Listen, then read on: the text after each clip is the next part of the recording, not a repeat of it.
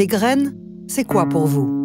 Des pépins qu'on recrache? Moi aussi, c'est ce que je croyais avant de commencer ce film.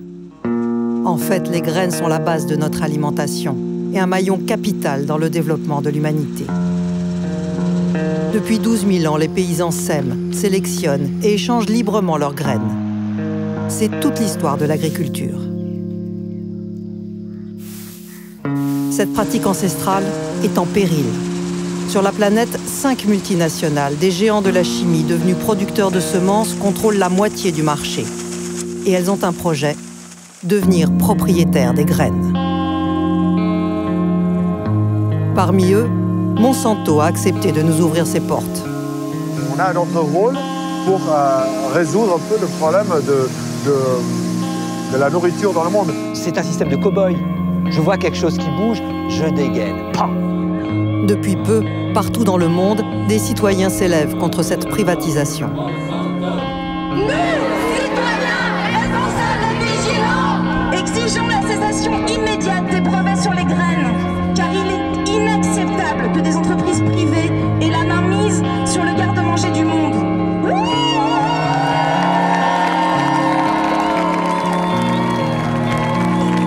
À New York, Tokyo, Paris, dans près de 400 grandes villes du monde, ils sont des centaines de milliers à manifester. Une résistance s'organise. Des agriculteurs, des scientifiques, des élus se battent. À leur tête, une activiste indienne reconnue dans le monde entier, Vandana Shiva. Comme Gandhi, elle prône la désobéissance. S'ils pensent qu'ils peuvent breveter la vie, nous leur avons déjà dit que nous n'obéirions pas. Nous avons suivi son combat en Inde, en France et à Bruxelles. C'est un choix entre l'abondance et la rareté. Un choix entre la guerre et la paix. L'enjeu, notre indépendance alimentaire face au système industriel de la malbouffe. L'histoire que nous allons vous raconter, c'est celle d'une guerre inconnue, mais qui nous menace tous. La guerre des graines.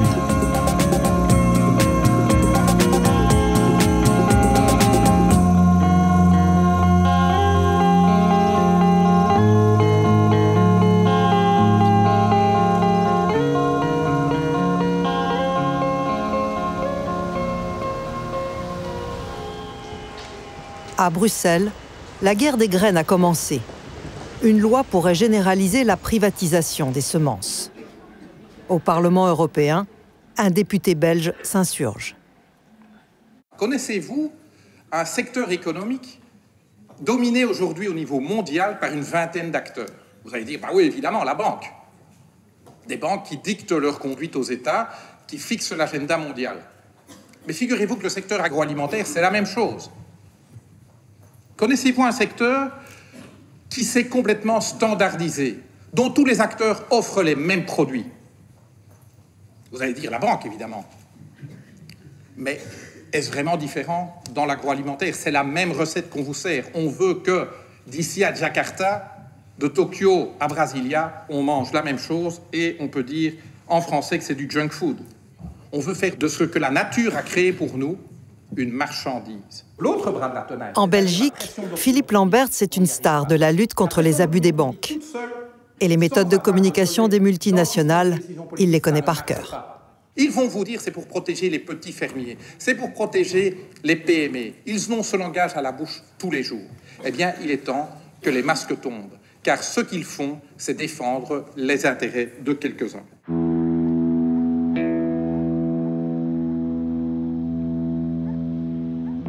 Alors, à qui appartiennent les graines? Sont-elles un bien commun de l'humanité ou une marchandise comme les autres?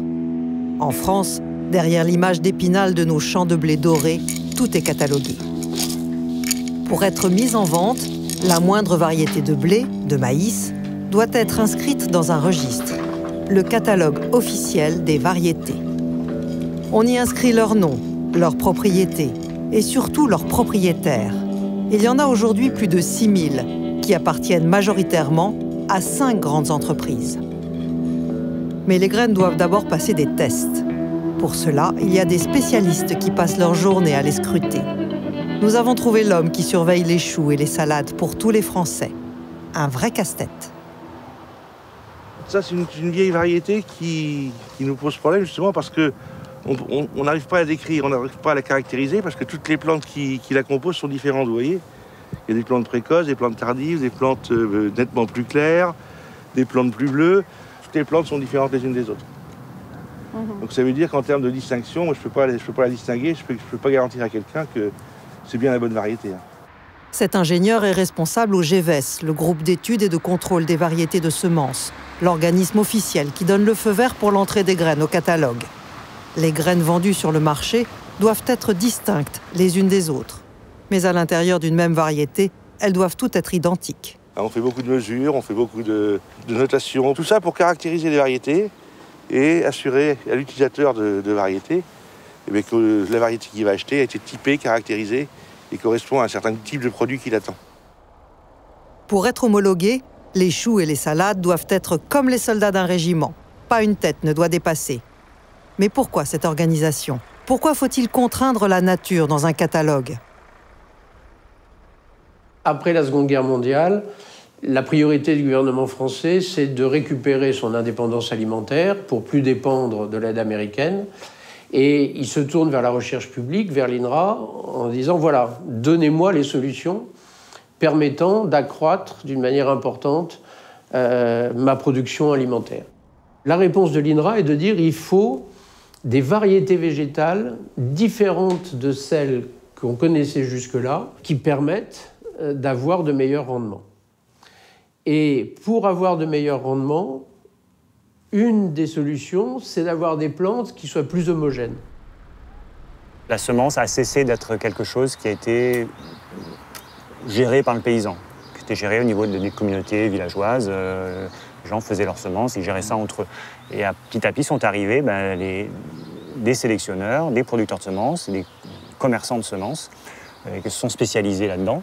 Et c'est toute une partie du métier des paysans qui petit à petit a été supprimée, a été écartée. Le sélectionneur, l'obtenteur, qui crée une nouvelle variété ou qui fabrique une nouvelle variété, est quand même empoisonné par le fait qu'il suffit de semer le grain récolté pour la reproduire. Donc il n'a pas de marché véritablement, donc son travail n'a pas de valeur. Donc c'est une très vieille revendication des sélectionneurs de créer une forme de droit de propriété sur le vivant. En plus d'acheter leurs graines, les agriculteurs doivent désormais payer des royalties sur les graines qu'ils ressèment. Un système qui a porté ses fruits. En 50 ans, la production agricole française a doublé. Il y a de moins en moins d'agriculteurs, mais ils sont devenus 6 fois plus productifs. Une fierté nationale.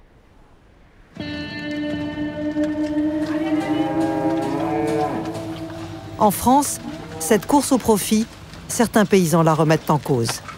Ils ne sont pas nombreux, mais nous en avons rencontré un, enfin, une. Marie Durand a repris la Pierre Folle, la ferme de son père et de son grand-père. L'agricultrice est une atypique. Elle est à la tête d'un troupeau de 70 vaches laitières et possède 93 hectares de terre.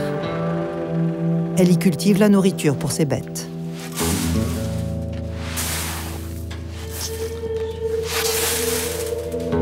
Aujourd'hui, elle fait les semis.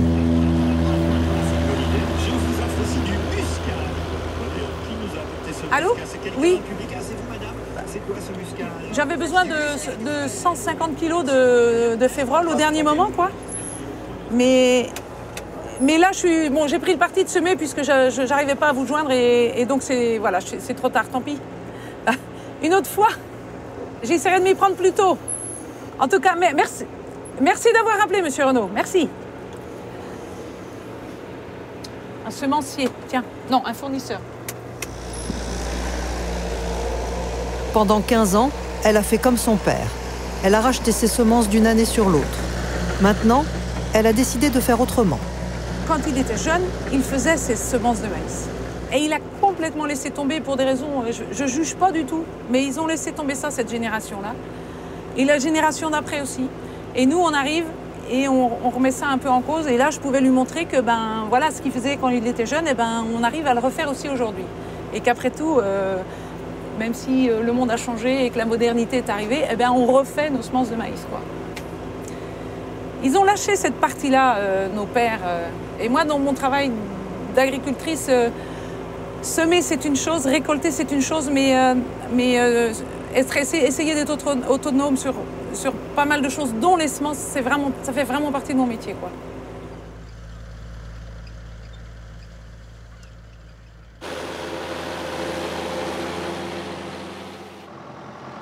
Le maïs qu'elle cultivait jusque-là pour nourrir ses vaches est ce qu'on appelle du maïs hybride. Une sorte de super maïs inventé dans les années 50 pour augmenter les rendements. Ils sont tous de la même hauteur, ou pratiquement. Quand on le voit de la route, on voit bien que c'est vraiment au carré. Ce pied-là est identique à ce pied-là, est identique à ce pied-là. Ce sont des clones. Hein. Et ils sont hyper productifs, quoi. Hein.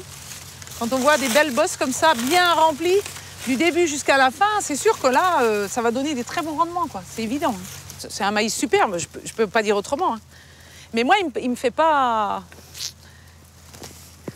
Il me fait pas, comme on dit, il me fait pas rigoler, quoi, parce qu'ils sont tous pareils. Il n'y a pas de biodiversité du tout ici. C'est de la productivité pour de la productivité, quoi. Je suis pas sûre qu'il y ait des lapins là-dedans. Hein. Pas sûr.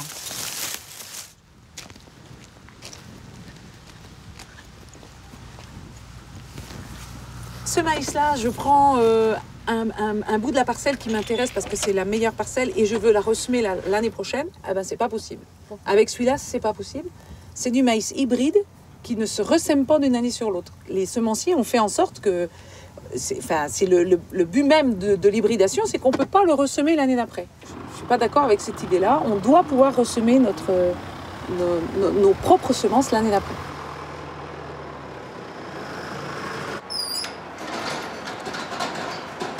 Pour pouvoir nourrir ses vaches en restant autonome, Marie a décidé de cultiver des graines de maïs qui se reproduisent. On l'appelle le maïs population. Il est de toutes les couleurs. Une semence libre de droit, elle n'est pas inscrite au catalogue. Elle vient de récolter les meilleurs épis, les poupées, dont les graines toutes différentes seront ressemées au printemps. Un beau résultat qu'elle partage avec son père. Moi, je dirais qu'il y a une certaine satisfaction de pouvoir travailler sa matière. Vous avez pu faire ça, vous avez la liberté de faire ça, sinon, du temps où c'était vous qui dirigez l'exploitation, on pouvait replanter son propre grain. Mais on ne savait pas du tout ce que... Il n'y avait pas le choix. On ne savait pas ce qu'on faisait, en fin de compte, on achetait de la semence de maïs, point. Ouais. De toute façon, vous n'aviez que ça, il n'y avait pas de semence population à traîner dans les greniers. Non. Mais parce que la prise de conscience s'est faite plus tard. Enfin, à mon avis. Hein. Oui. La prise de conscience s'est faite plus tard, quoi. C'était comme ça, ça suivait son cours. Et je crois qu'en plus, l'avènement des OGM nous a fait un certain nombre d'entre nous réfléchir. Avant, on se posait pas non plus la question. De plus près, oui, c'est vrai. On ne se posait pas non plus la question. Mais il y a quelque chose de fort quand même là-dedans, parce que on fait la nique un peu aux semenciers quand même. Hein? Là, Monsanto, il doit pas rire quand il va voir ça, il va pas rigoler, quoi. Il va se dire, tiens, encore un qui a trouvé la faille. La faille, c'est d'avoir trouvé ces graines gratuites. Cela représente une économie de 2 000 € chaque année. Mais il reste un obstacle. En France, la loi n'autorise que l'échange ou la vente de semences inscrites au catalogue. L'agricultrice a trouvé une astuce pour contourner la loi. Personne n'avait le droit de nous donner 5 kilos de maïs pour commencer, sauf à être expérimentation. Donc c'était la manière de passer la première année. Et à partir de la première année, le maïs, il est à nous après. Maintenant, il est à nous, celui-là. Alors par contre, je n'ai pas le droit de le donner ou d'en prêter ou d'en vendre à qui que ce soit. Alors, bon, moi, là, je respecte la loi, j'en ai pas donné, mais je ne dis pas qu'un jour, je n'en donnerai pas à mon voisin quand même. Faut pas exagérer, quoi. Et puis qu'on vienne me contrôler, Il peut tomber 2 ou 3 poupées en route, hein. Oui. Le voisin, il les ramasse et puis voilà. Et voilà, hein. Ouais.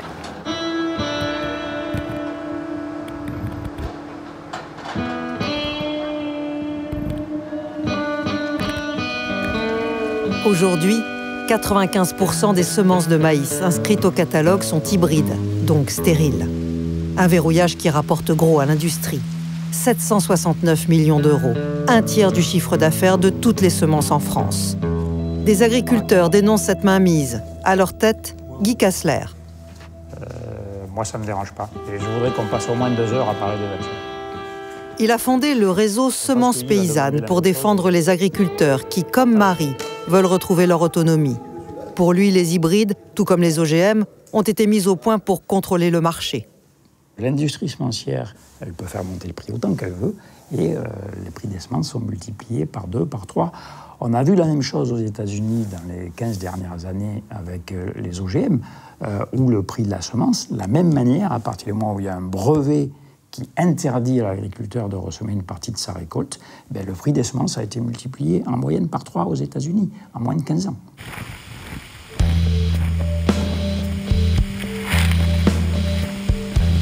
Alors, qui sont les industriels qui contrôlent le marché des graines? Nous avons contacté les 5 géants de la semence. Monsanto et DuPont Pioneer aux États-Unis, en France Limagrain, Syngenta en Suisse et Bayer en Allemagne. La plupart d'entre elles viennent de l'industrie chimique. Certaines se sont distinguées pendant la guerre. Bayer est issue d'IG Farben, l'entreprise qui fabriquait le Zyklon B pour les nazis, utilisé dans les chambres à gaz. Monsanto, c'était l'agent orange, répandu dans la jungle pendant la guerre du Vietnam pour anéantir l'ennemi. Des produits qui seront recyclés en pesticides pour l'agriculture industrielle. Jean-Pierre Berland est un amoureux de la nature. C'est un ancien ingénieur agronome qui a quitté les laboratoires officiels pour prendre le maquis. Il est en colère. Il dénonce ce mariage contre nature de la chimie et des graines. C'est quand même une situation extraordinairement inquiétante, puisque on a l'industrie des semences, l'activité semencière maintenant est entre les mains, c'est-à-dire les semences, c'est la vie. L'activité semencière à l'heure actuelle est entre les mains des fabricants de produits en seed, c'est-à-dire des fabricants de morts. Je sais très bien qu'on va voir sur le dos les fabricants d'agrotoxiques qui, eux, ils ont la main sur le cœur et ils disent « notre but, c'est de nourrir la planète ». Mais le but du système, c'est pas encore une fois de nourrir l'humanité, ils s'en foutent. Le but, c'est de faire des profits, quel que soit le coût pour l'humanité. Les accusations sont graves. Nous avons cherché une réponse auprès des multinationales. Seul Monsanto, le leader mondial des semences, notamment les OGM, nous a ouvert ses portes. Pas question de rencontrer un responsable de la stratégie du groupe, mais seulement le gestionnaire de cette usine Monsanto en France. Un bon soldat, parachuté depuis le Portugal, où il était commercial pour la marque. Bonjour. Ça va? Nous sommes dans la plus importante usine Monsanto en Europe. Le patron est fier de nous présenter son trieur optique, une machine qui reconnaît et rejette les mauvaises graines à toute vitesse. Il apprécie moins quand nous filmons les grains de maïs qui sortent tout rouges de la machine, enduits de fongicides. Tous sont hybrides. On a rencontré des agriculteurs en France qui se plaignent du fait que les graines hybrides, les semences hybrides ne repoussent pas l'année d'après. Oui, les agriculteurs ont le choix s'ils veulent faire les semences fermières ou faire des semences hybrides. Apparemment, en France, il n'existe presque plus de maïs qui ne soit pas hybride. Donc c'est très difficile de faire des semences de ferme. Oui, mais c'est les agriculteurs qui ont pris le choix. C'est cette personne qui les avait imposé de faire des semences hybrides. C'est parce que vraiment, c'est une différence de rendement tellement importante. Il y a une pression énorme sur le prix du maïs. Et donc le maïs, les agriculteurs doivent produire du maïs avec le prix le plus faible possible. Bon, Thiago Costa nous sert le discours officiel. Avec lui, nous n'en saurons pas plus. Si la multinationale américaine nous a ouvert ses portes, c'est pour faire passer un message surprenant. Aujourd'hui, le grand changement du groupe Monsanto, c'est qu'on a complètement changé notre stratégie parce qu'on a pris la décision que c'est pas la priorité, c'est pas les OGM en Europe parce que l'Europe ne veut pas les OGM. Et on est devenu une société professionnelle sémencière. Le directeur de l'usine vient carrément de nous annoncer que Monsanto abandonne les OGM, en tout cas pour l'Europe. C'est le message que l'entreprise veut faire passer. Le monde, selon Monsanto, ne serait pas si effrayant qu'on le croit. Mais que signifie vraiment ce revirement? Rien qu'avec cette usine, Monsanto fournit 1/3 des semences de maïs de tout le marché français. Une position dominante qui peut avoir des conséquences insoupçonnées. Décryptage. Si toutes les semences avec les brevets appartiennent à 5 ou 6 multinationales, ça a un impact pour l'autonomie des paysans, qui sont complètement dépendants de ce modèle industriel, Mais aujourd'hui, ça a un impact tout simplement pour la sécurité alimentaire, ce qu'on appelle la souveraineté alimentaire. C'est un pouvoir qui est totalement déconnecté des pouvoirs politiques et qui peut imposer. Monsanto, c'est pas difficile, il peut priver la France de semences le jour où il se sera approprié de tout. Peut-être que le gouvernement sera obligé de plier, d'accepter les OGM, parce que Monsanto lui dira « Attention, moi je déclenche une révolution chez toi si tu ne veux pas accepter mes semences OGM. »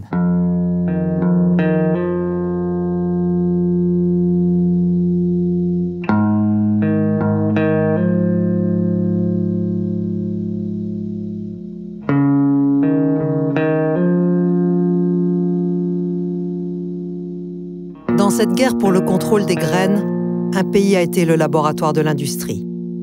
C'est l'Inde. Un test à l'échelle d'un continent et une tragédie. 200 000 paysans ruinés se sont suicidés en 10 ans. Il faut remonter aux années 90 pour comprendre. L'Inde signe un plan d'ajustement structurel avec le FMI. En contrepartie, le pays ouvre ses frontières au commerce international. Monsanto s'y engouffre et expérimente sa dernière trouvaille, le coton OGM appelé coton BT. Aux paysans indiens, elle promet des rendements records. Les fermiers s'endettent pour acheter ces graines miraculeuses. Mais le coton transgénique ne tient pas ses promesses et les suicides se multiplient.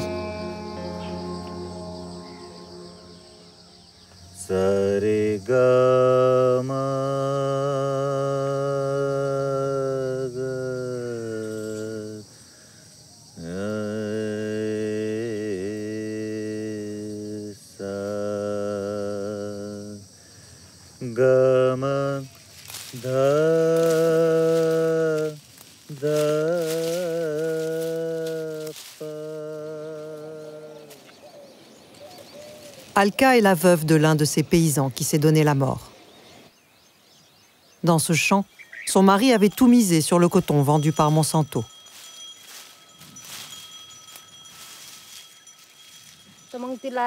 Il a semé le coton OGM et les plantes n'ont pas bien poussé. Il n'y avait que 1 ou 2 capsules par plante. Et lorsqu'elles se sont ouvertes, je n'ai pas pu extraire beaucoup de coton. On aurait dû récolter entre 4 et 500 kilos de coton. C'est ce que j'espérais en tout cas, mais ça ne s'est pas passé comme prévu. Elle vit à Billi, un village de la ceinture de coton, une région au centre de l'Inde où le coton transgénique a occupé jusqu'à 90% des cultures.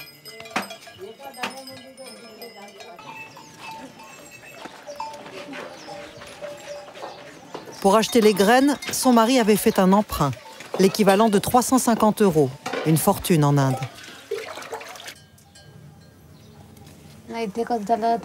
Comme le coton BT nous a donné une mauvaise récolte, il n'a pas pu rembourser la dette contractée auprès de la banque.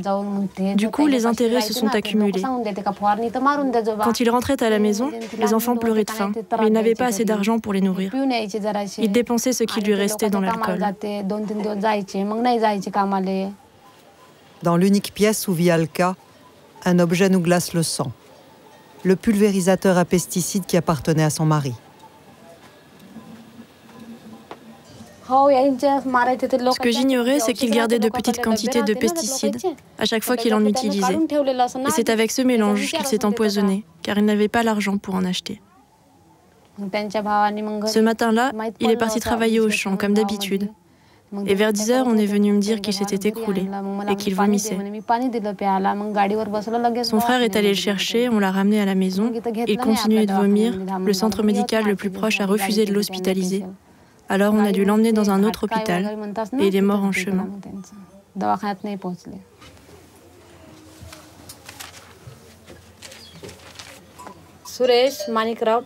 Il s'appelait Suresh. Au mois de mai, ça aurait été le 12e anniversaire de notre mariage.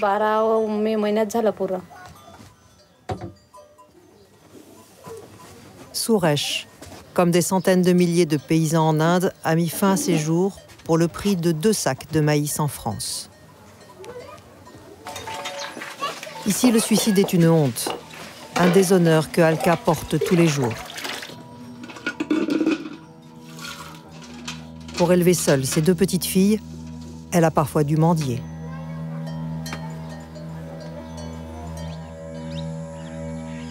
Une femme a changé le cours de son existence Elle s'appelle Vandana Shiva. Elle est docteure en physique quantique et elle est devenue le symbole de la lutte contre les ravages de l'industrie semencière. Avant de rencontrer Vandana, j'allais voir les voisins pour leur demander de l'aide. Je devais les supplier de me donner quelques graines. Elle m'a redonné la confiance en moi. Grâce à elle, je me suis dit que je pouvais changer ma vie.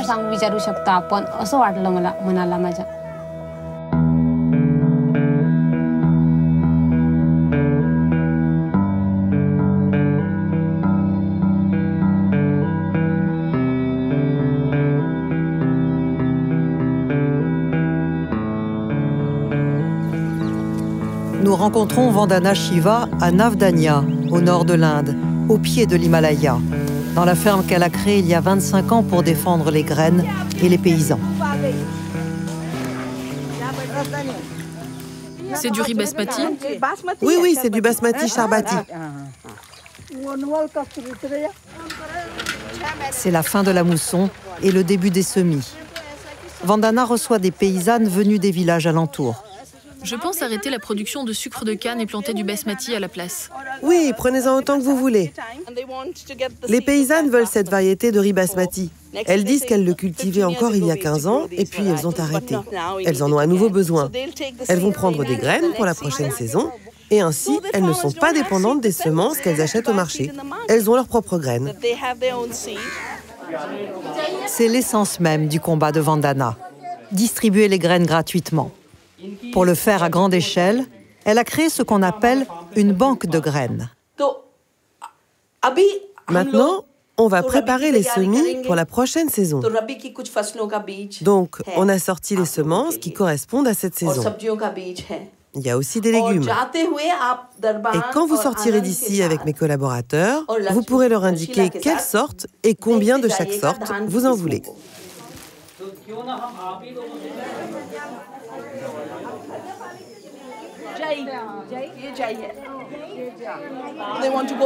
Elles veulent revenir aux variétés anciennes, parce que les seules graines que distribue le gouvernement sont celles de l'industrie, des graines qui ne se ressèment pas.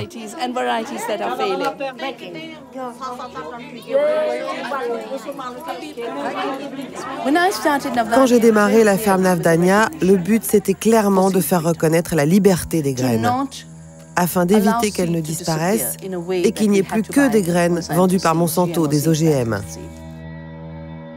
Dans sa banque de graines, 630 variétés de riz, 190 de blé.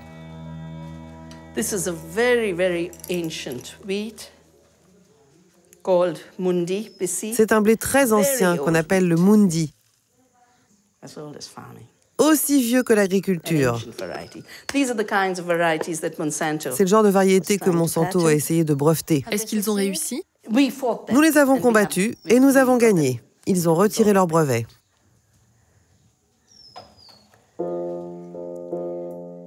Qui est Vandana pour avoir osé affronter le géant mondial? D'où lui vient cet engagement? J'ai grandi dans une forêt de l'Himalaya, dans une ferme. Et l'héritage que j'ai reçu de mes parents, et je les en remercie tous les jours, c'est d'abord la simplicité. Mais ils nous ont aussi encouragés à créer la liberté pour les autres. J'avais 6 ans quand cet horrible nylon fait à base de pétrole a déferlé sur le pays. Et ma mère m'a demandé ce que je voulais pour mon anniversaire. J'ai répondu un vêtement en nylon, parce que tout le monde en portait. Alors elle m'a dit, si c'est vraiment ce que tu veux, je te l'achète. Mais n'oublie pas que ce vêtement de nylon va aider un riche industriel à acheter sa prochaine Mercedes. Alors que le gilet en laine, qui a été tissé à la main par une femme dans un village, l'aidera à allumer le feu et à cuisiner un repas pour ses enfants. C'est toi qui choisis. C'est pourquoi à partir de ce jour, je n'ai plus porté que des vêtements tissés à la main.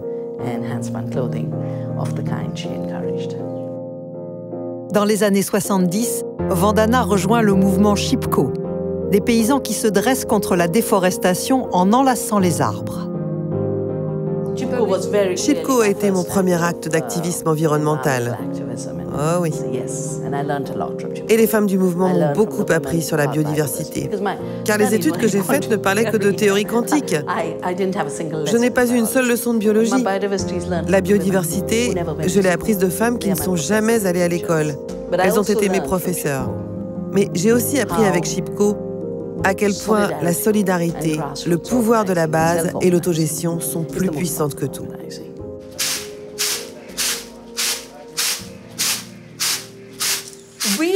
Nous nous battons contre un esclavage fondamental, l'esclavage des graines, des fermiers, de la société et des gouvernements qui sont déjà les esclaves de ces corporations.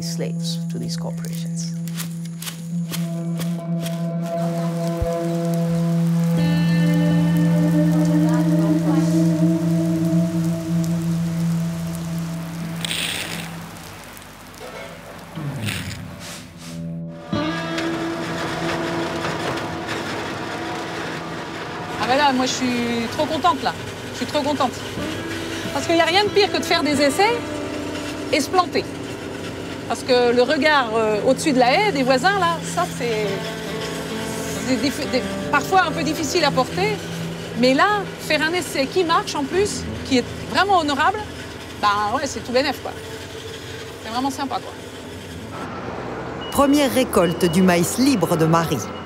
Les voisins agriculteurs sont venus donner un coup de main, mais ils sont aussi curieux de savoir ce que va donner l'expérience. Les têtes de maïs ont été broyées avec la tige et les feuilles. Ce mélange servira à nourrir les vaches l'hiver prochain. Ah, c'est fini, c'est fini, c'est fini. D'accord, très bien. OK. Marie peut enfin faire une estimation. La récolte est-elle à la hauteur de ses espoirs? 13 tonnes de matière sèche. Il faut toujours se contenter de ce que la nature nous donne. C'est honorable, 13 tonnes. On va en avoir assez pour donner à manger à nos bêtes, c'est ça l'important.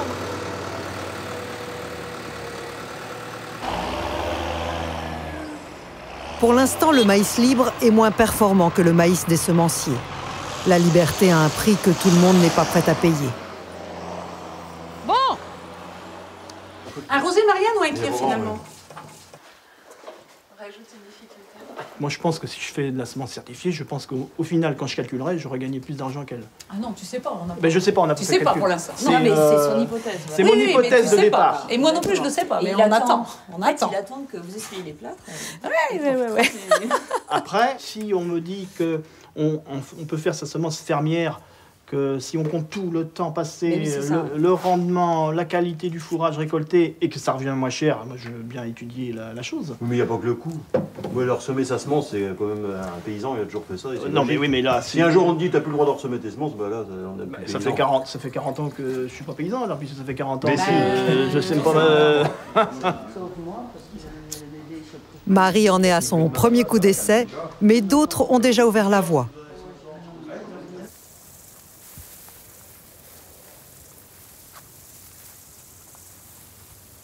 Christian Dalmasso a fait ce pari il y a 10 ans. Vivre de ses récoltes sans dépendre des graines de l'industrie. Son secret, mélanger les variétés de blé, des graines toutes libres de droit.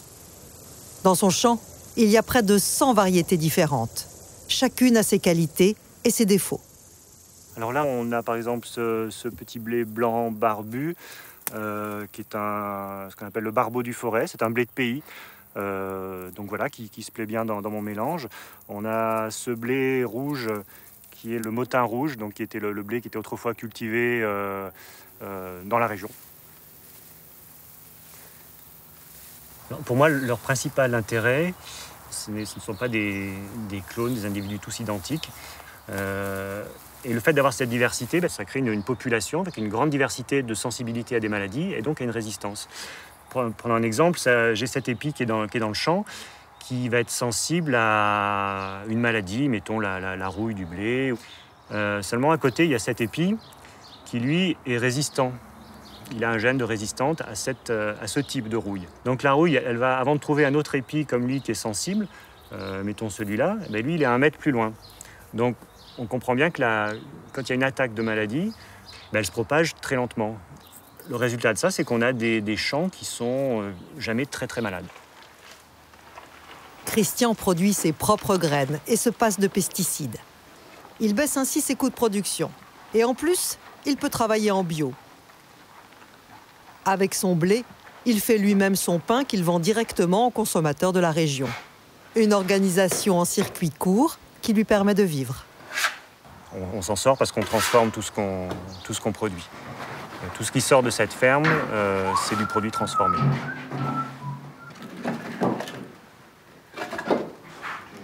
Produire beaucoup, c'est secondaire. Hein. On est encore dans le mythe productiviste qui est encore très ancré dans le monde paysan et dans la société en général, où c'est valorisant de produire beaucoup. Mais c'est pas parce qu'on produit beaucoup qu'on va dégager un revenu et qu'on va vivre correctement. C'est quelque chose qui nous guide presque au quotidien, quoi, de la recherche d'une autonomie maximale, dépendre le moins possible des banques, des subventions, l'autonomie, et il y a l'autonomie semencière. L'agriculteur boulanger a réservé un champ pour des expériences. Au milieu de sa collection de blé libre, il y a une petite parcelle de blé du catalogue. Le décor idéal pour convier Jean-Pierre Berland, le militant de la nature qui a quitté les laboratoires. Et ici, on est face à des blés, deux blés, un blé moderne qui correspond aux qualités industrielles du blé, c'est-à-dire, et on voit tout de suite que sa caractéristique, c'est que les plantes sont toutes à la même hauteur. Ici, on avait le paysan qui produisait du blé. Ici, avec ça, on a l'exploitant agricole, rien à voir avec le paysan, hein, qui produit, qui est dans un système agro-industriel, lequel système agro-industriel produit des profits en transformant les pesticides en pain jaqué. Ici, on a affaire à des plantes qui sont en évolution constante. Ici, Christian et ses collègues, ils travaillent comme ils ont envie de travailler, ils choisissent, ils sont autonomes, ils sont libres. Le choix des graines, finalement, c'est un choix entre deux projets de société et que nous avons en permanence sous les yeux, sans le voir. Regardez bien, nous quittons les 100 variétés de blé du paysan boulanger. Et nous voici dans un champ industriel, une armée de clones. Moi, je ne regarderai plus jamais les champs de la même manière. En France, une association résiste aux multinationales. Son nom, Cocopelli. Donc il est clair que nous sommes fort fiers et heureux depuis 20 ans d'avoir distribué des semences, les avoir vendues, données, échangées dans l'irrespect le plus total de leur légalité. Là où Cocopelli se situe évidemment dans cette dynamique de libération des semences, c'est que depuis 8 ans, on est dans les tribunaux. Les tribunaux de France... Parmi ses plus fervents soutiens, Vandana Shiva. Cocopelli fait pousser des graines non répertoriées au catalogue, les vend ou les distribue gratuitement. À cause de cela, Cocopelli est poursuivi en justice par les semenciers pour concurrence déloyale. Voici 500 variétés. J'espère que vous pourrez les passer et vous transformer en contrebandier professionnel, comme nous depuis 15 ans. Mais je l'ai déjà été. Cocopelli vient de perdre la première manche d'un procès devant la Cour européenne. L'association a fait appel et compte bien profiter des débats pour dénoncer le projet de loi en discussion à Bruxelles. Alors maintenant, ils votent de nouvelles lois qui imposent l'uniformité à travers l'inscription obligatoire dans un catalogue. Et l'affaire Cocopelli a amené cette question dans l'agenda politique de manière très claire. Nous devons écrire des lois positives, tout en résistant aux lois négatives. En Inde, nous avons réussi à introduire dans la loi la notion de droit des fermiers, leur droit à conserver, échanger, améliorer, vendre leurs graines, un droit inaliénable. Nous avons besoin du même texte en Europe. Dans la tempête de la création de cette dictature des graines, la France est au centre. Parce que l'affaire contre l'association Cocopelli marque un tournant décisif et appelle le monde entier à se réveiller.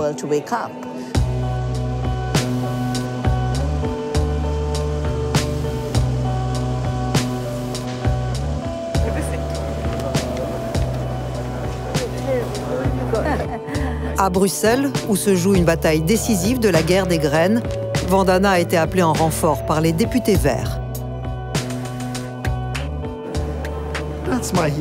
Elle est mon héros. Nous, les Verts, nous nous sentons souvent seuls dans les combats que nous livrons.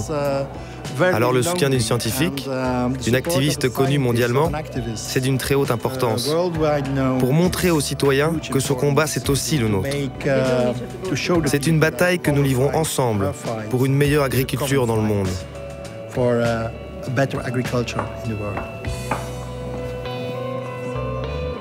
Down, up. Vandana Shiva va tenter de convaincre l'Europe que les graines doivent rester un bien commun de l'humanité.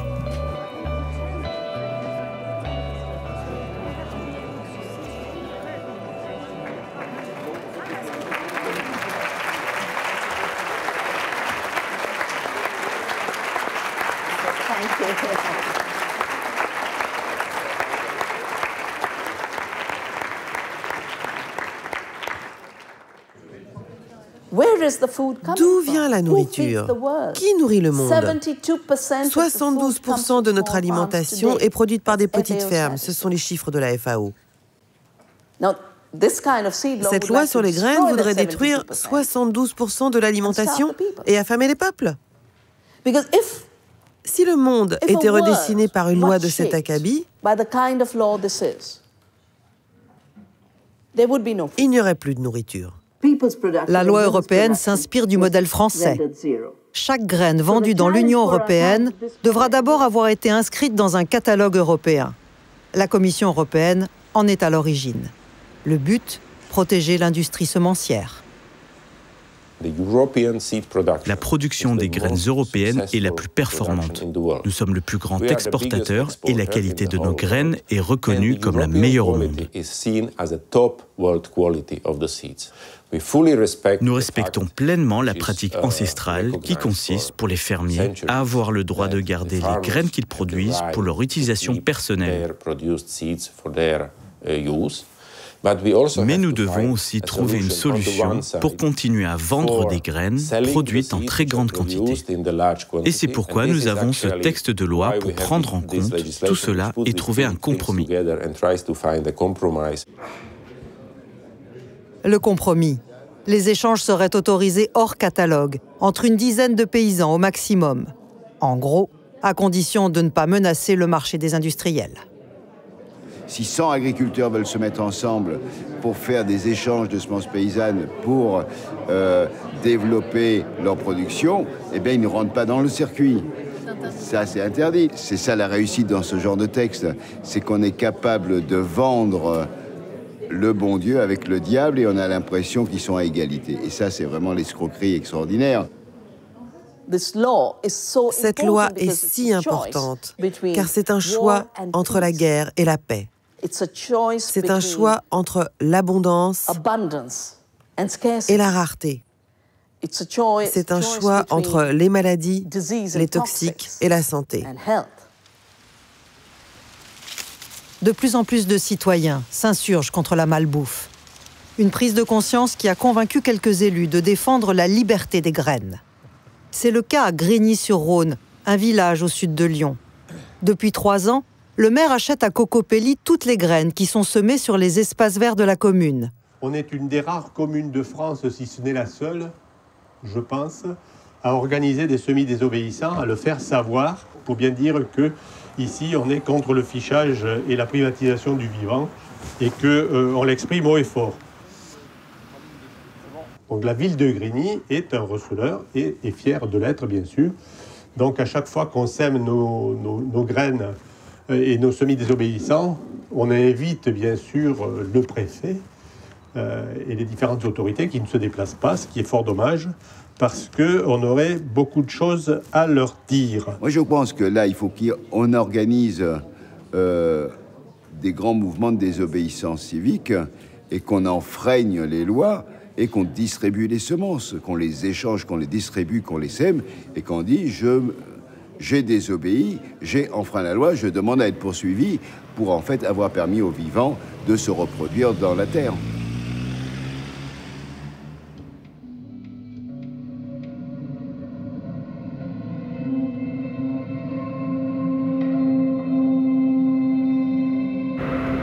La fin de notre voyage nous emmène dans le Grand Nord. En 100 ans, sous les effets de l'industrialisation de l'agriculture, 75% des graines cultivées ont disparu de la surface de la planète. La solution contre cette catastrophe se trouverait ici, à 1000 km du cercle polaire, sur l'île du Spitzberg.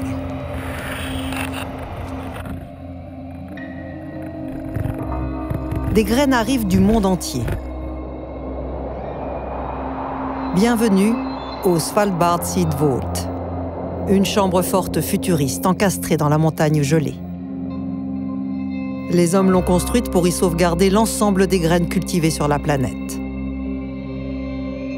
4 fois par an, la porte s'ouvre. Roland von Bottmer en est le gardien. Nous sommes devant le Svalbard Seed Vault, construit pour stocker les graines de toute la planète. C'est une copie de sauvegarde des graines de plantes nourricières. Pourquoi cette copie? C'est au cas où il arrive quelque chose dans les banques d'où viennent les graines. Beaucoup de choses peuvent se passer. Des guerres, des inondations, des révolutions. En fait, on perd des graines tout le temps. Les graines viennent rejoindre une collection unique au monde, 800 000 échantillons différents, venus des 5 continents. Des graines sélectionnées par les paysans, mais qui pourraient bientôt leur être interdites avec les nouvelles lois. Nous voici au cœur de la chambre forte. Ici, les graines sont stockées à moins 18 degrés, pour l'éternité. Elles viennent d'Inde, de Colombie, de Thaïlande et même de Corée du Nord. Dernier arrivage des semences de la Syrie en guerre. Ils ont les mêmes graines dans les pays alentours. Mais si jamais c'est perdu, on pourra leur envoyer cette boîte sur demande. Une arche de Noé végétale financée par 19 pays. Mais en y regardant de plus près, parmi les donateurs, nous trouvons les multinationales semencières que nous connaissons déjà. DuPont Pioneer et Syngenta. Il y a aussi la fondation Bill et Melinda Gates. Et enfin la fondation Rockefeller. La fondation Rockefeller est celle qui a promu la révolution verte en Afrique et qui a détruit la biodiversité de ce continent. Bill Gates a financé cette révolution verte et a également détruit la biodiversité et l'autonomie des paysans d'Afrique.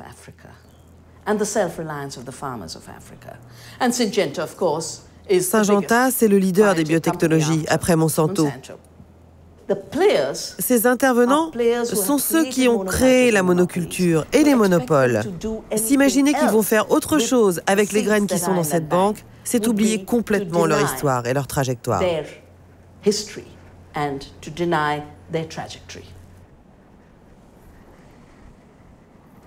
Alors essayons d'imaginer. Que se passera-t-il si une catastrophe écologique arrive dans 200 ans? Dans 200 ans, est-ce qu'on pourra ressemer ces graines?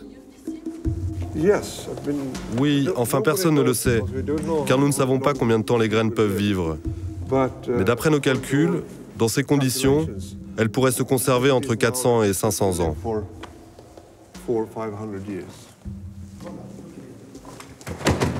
Si on concentre tout au même endroit et qu'en plus on ne va pas ressemer régulièrement les graines pour qu'elles gardent leur capacité de germer, on n'aura que des graines mortes. Ces graines mortes, elles servent à quoi? Uniquement aux multinationales qui peuvent faire leur séquence génétique. Mais un paysan, lui, il a besoin d'une graine qui pousse. Et les graines de Svalbard ne pousseront plus. Et là, c'est très clairement dit, on ne va pas ressemer. Donc le seul intérêt, c'est les multinationales pour les séquences génétiques. Et les multinationales déposent des brevets sur les séquences génétiques qui existent déjà dans les graines et donc sont en train de s'emparer de toutes ces graines. Et c'est à ça que ça sert, Svalbard. Le Svalbard Seed Vault. Cette belle idée pour sauver la richesse des graines, ne serait-il qu'un coffre-fort au service des géants de l'industrie? En cas de catastrophe écologique, ils seraient en tout cas les seuls à pouvoir récupérer les gènes des semences.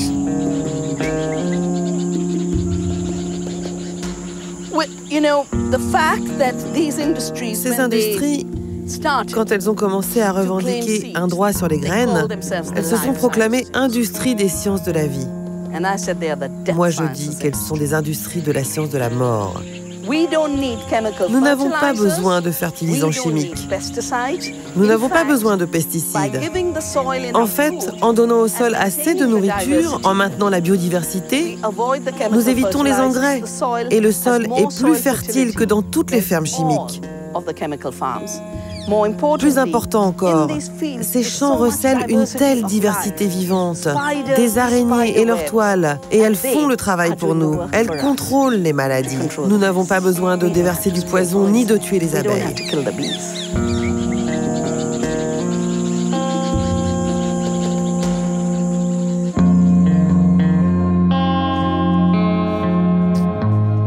La guerre des graines n'est pas gagnée pour les paysans. Plus grave, elle pourrait déboucher sur une guerre entre les multinationales et les États. La bonne nouvelle, c'est que les agriculteurs sont plus d'1 milliard sur la planète. Autant d'individus qui peuvent se mobiliser pour protéger les graines et notre indépendance alimentaire.